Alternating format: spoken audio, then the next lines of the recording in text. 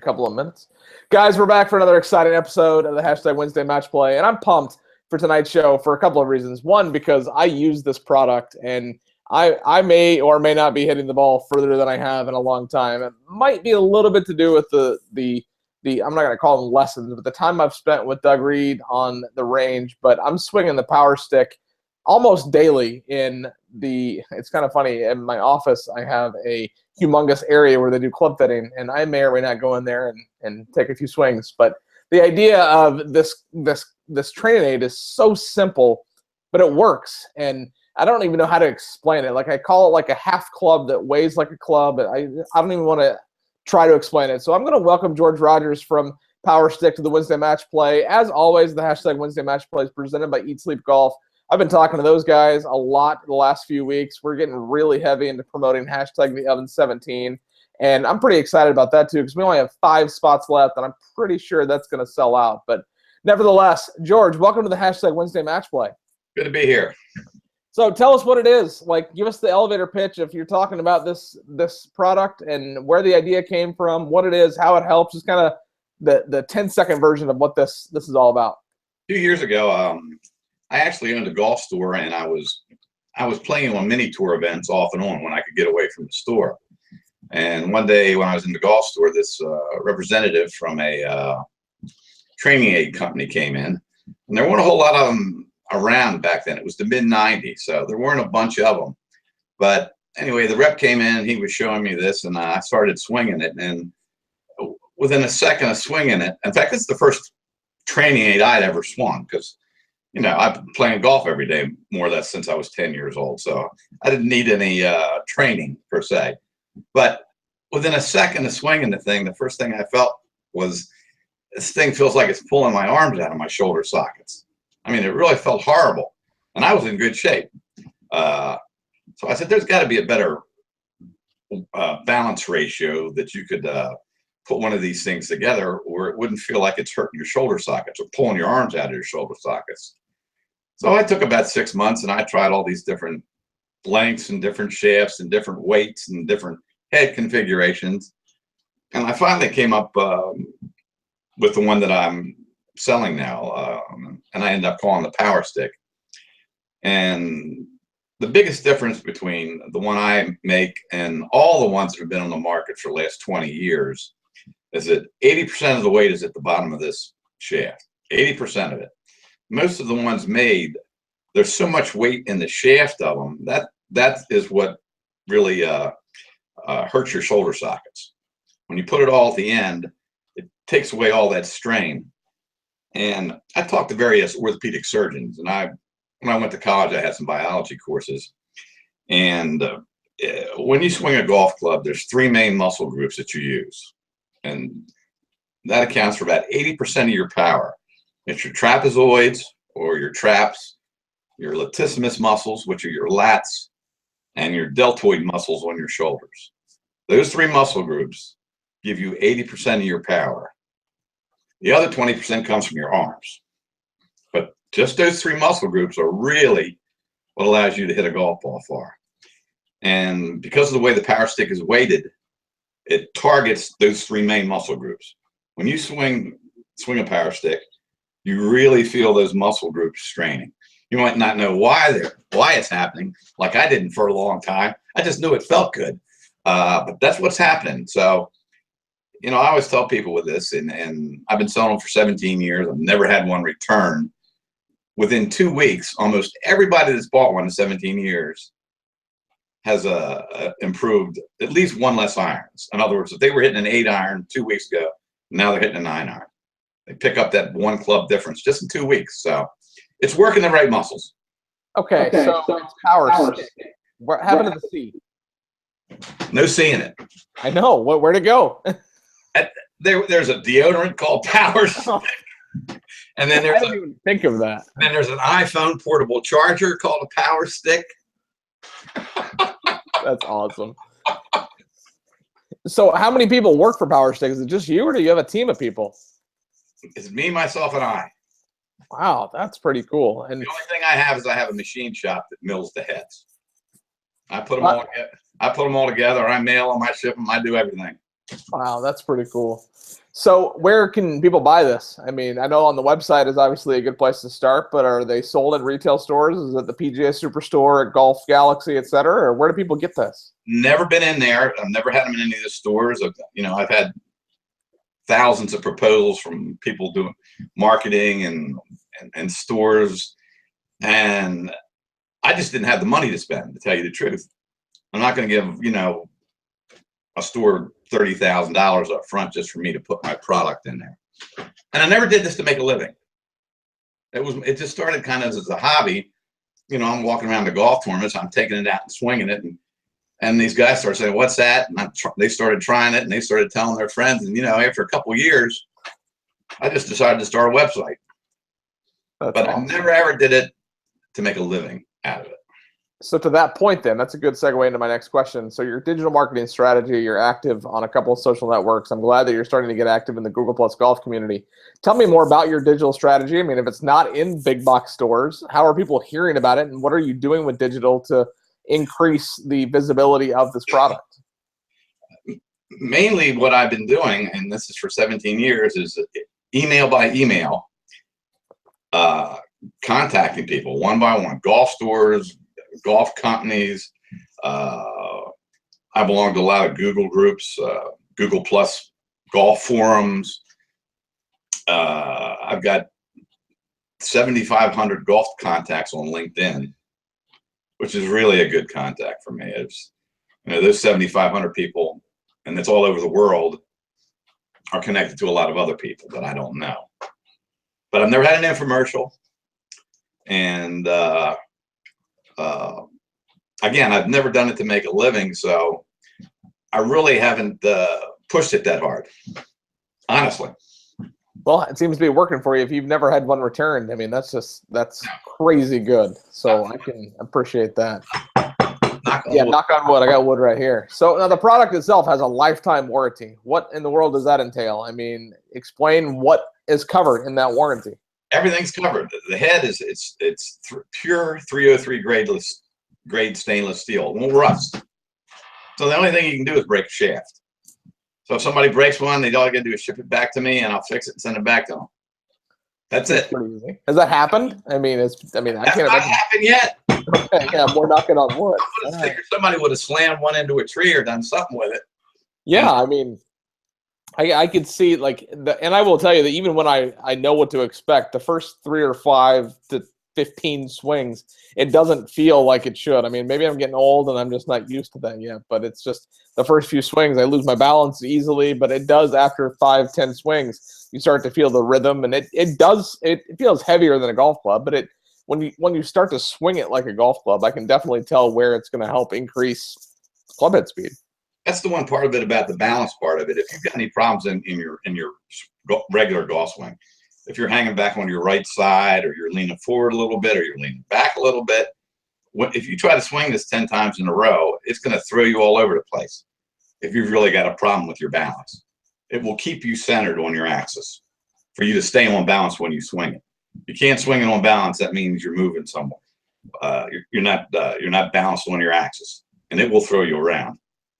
And also, I can attest to that. A lot of guys grow up playing baseball and playing softball, and they get into golf later. So when you hit a baseball, you're using a lot of your right side, for your power when you hit a baseball. Okay. Of course, golf is exactly the opposite. When you make contact with a golf ball, everything's got to be going to your left side. So when you swing the Power Stik, that naturally pulls you up to your left side and gets you off that back foot, which is good for a lot of ex-baseball players. Now, tour pros, any LPGA, PGA, European tour pros using this? And if so, what kind of feedback do they have?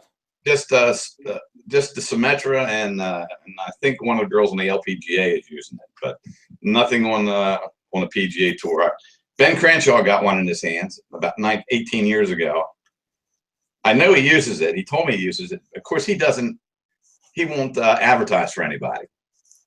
He doesn't advertise any products. I don't know if you've ever thought about it. Yeah, that's a good point. Ben Crenshaw endorse a product. So he's the only PGA tour pro that I know is actually using one. I know some other ones have them in their hands, but I haven't heard from them. So you've never had one returned. If somebody got it and they were like, not for me, I don't like it. Do you have a return policy? Yeah, I'll give them all their money back. Yeah, that's pretty cool. Plus their shipping. Now, okay, I put it in my bag. It's short, so it's not going to fit in most golf bags. But let's say it's in my golf bag. Is it legal to carry in my bag? Does it count as a club? I know the Orange Whip is in the similar vein. So can I keep it in my bag when I play around the golf? It's about the length of your 8-iron, an 8-iron, so it'll fit in your golf bag all right. And it's just like carrying an umbrella. Okay. Same thing. It's not intended to be used to strike a golf ball whatsoever. No, don't. I've thought about it. Every time I swing it, I'm like, ooh, maybe I can. No. And then I change my mind. Some of the guys take it and use it as a putting aid. I can see that. Oh, you got to hit it perfectly dead straight for it to go straight. Yeah. If your putting stroke is, if it isn't dead straight, if it's coming from a side either way, the ball goes off in different directions. But I don't recommend using it for that. So how did you determine the exact weight of the head? And Eat Sleep Golf, they do a great job of sending in awesome questions. And then they also wanted to know, are the weights interchangeable? If you needed it to be lighter for example, a junior golfer, heavier for a stronger golfer? What I say with this, and again, I'm not going to ever make 4 or 5 different models. Okay, that model there, if you weigh anything 80 pounds or if you weigh 80 pounds or more, you can swing. Okay, so if you change the length of anything, it changes the balance. In other words, if you made the shaft half as long, if you cut the shaft off and made it half as long, again, we'd really feel it pulling on your shoulder sockets. The balance wouldn't be correct. It's exactly where it needs to be, and if you change that, it just doesn't target those muscles that I was talking to you about. And the way I came up with it was just trying different weights over and over and over and over again until I got one that felt good to me. That's the way I did it. So there wasn't a trial and error. There wasn't research or science. Yeah. I had okay. I had heads shaped like golf clubs. I had heads shaped like rectangles. Some of them were 100 grams. Some of them were 200. Some of them were 800. It took me about 6 months to find something that really felt good when I swung it. And just the fact of putting a head on the bottom of it that weighed 500 grams compared to having something that's cylindrical that weighs exactly 500 grams makes a big difference in the way it feels. Just like if you took the Power Stik, if you turned it upside down and swung it, it would feel completely different. Yeah, 100%. There wouldn't be any resistance. It wouldn't put any resistance on any of your muscles if you turned it upside down and swung it. It'd be like swinging a pencil. So where do you make these? Are they produced here in the U.S. or do you have a machine shop somewhere outside of the U.S.? Like, where are they produced? Made in a little shop right at my house, in back of my house. No way. Now Yes. That's cool. That's really cool. So when you were just talking before we went live that you're moving to Florida, you going to bring the shop with you? Yeah, that takes all 10 minutes for me to move the equipment. That's awesome. I had no idea. Like, I mean, I honestly, I don't know what it takes to make. Okay, so that being said, when you start, do you make like 500 at a time? Do you make them one at a time? What's kind of your strategy? I usually work for one day and I make 200. I make 200 in a day. Wow. That's and then pretty cool. I don't do it every day. I wait till I get down to about 50 of them, then I make another 200.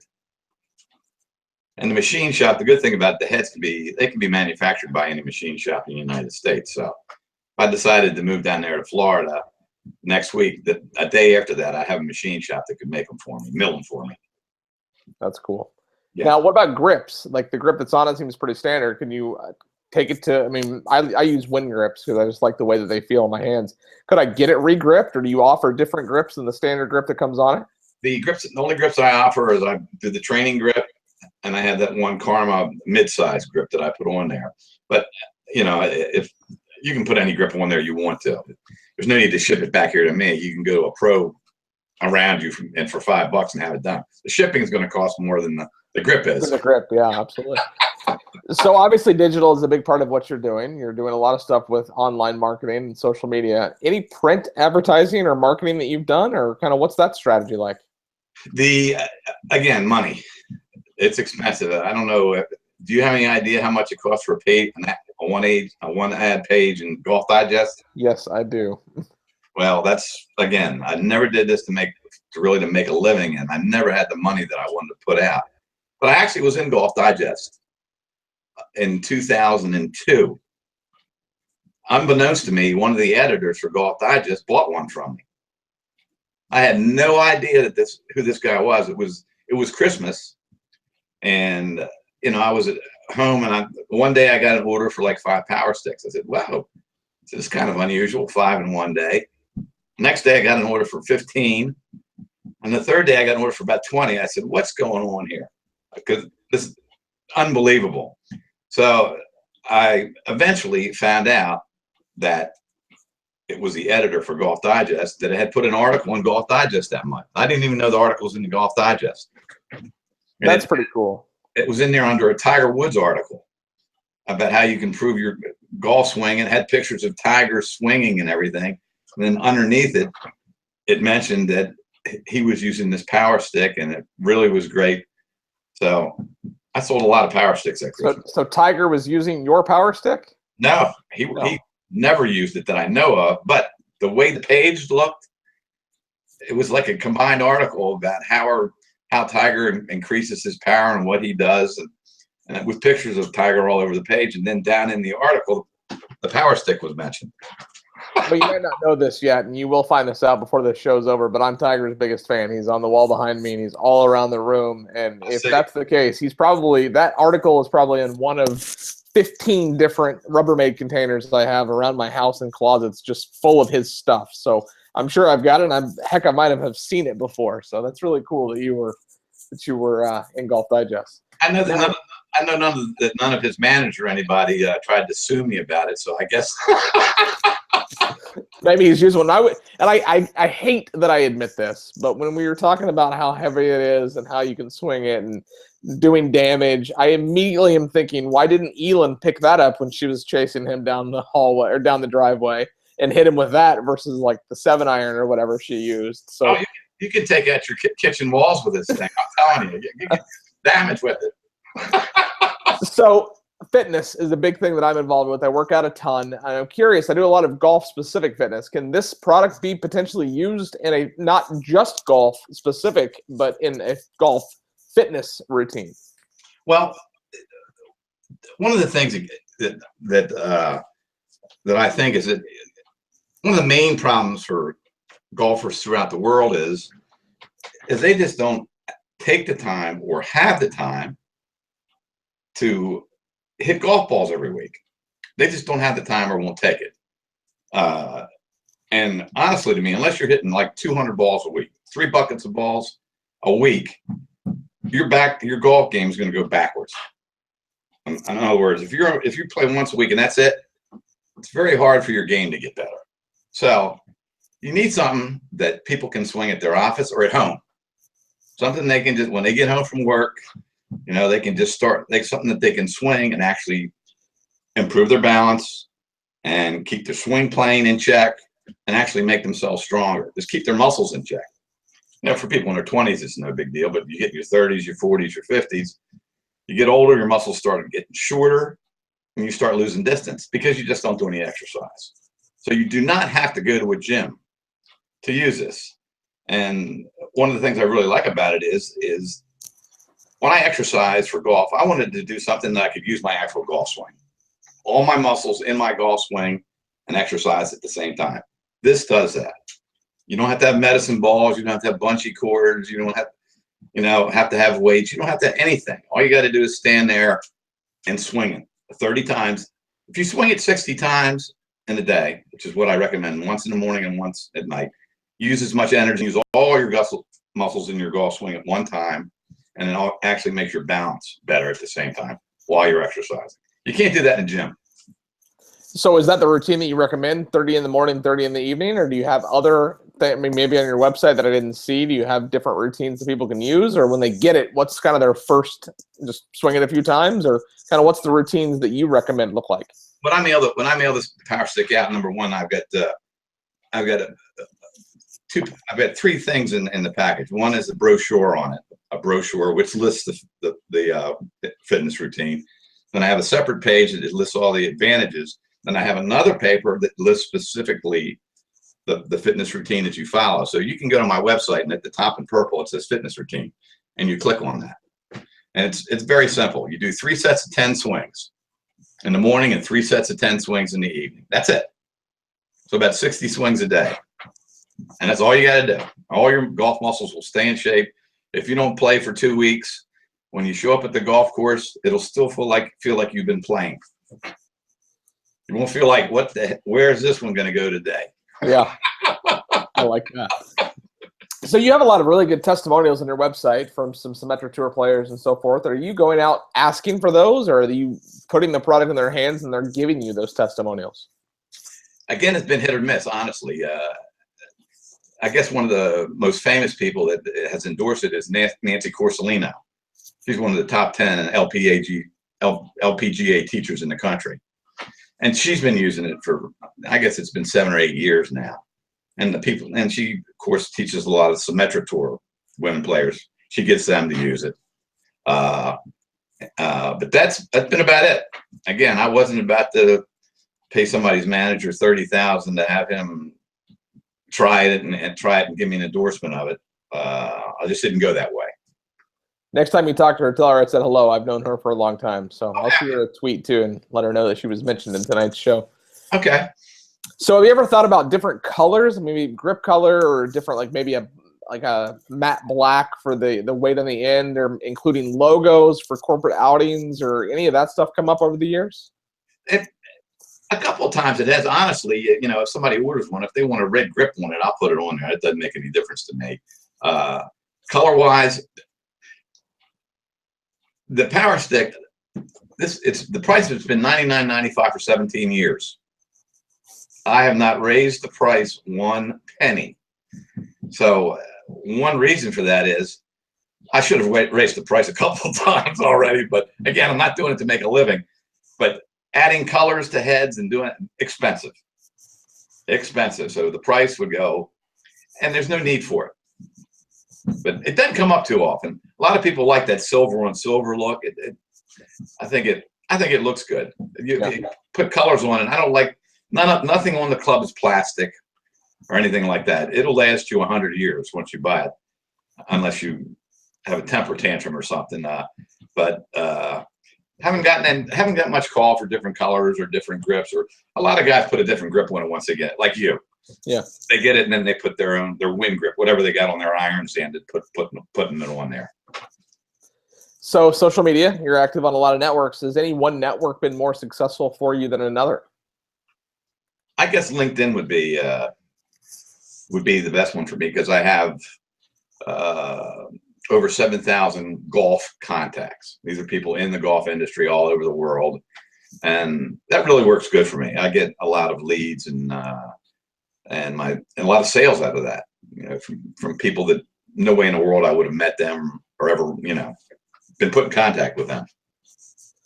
So I think I know the answer to this, but any future products, anything else? You're working on another training aid, or any differentiations from this, or is the Power Stik one and done and that's what you're going to focus on?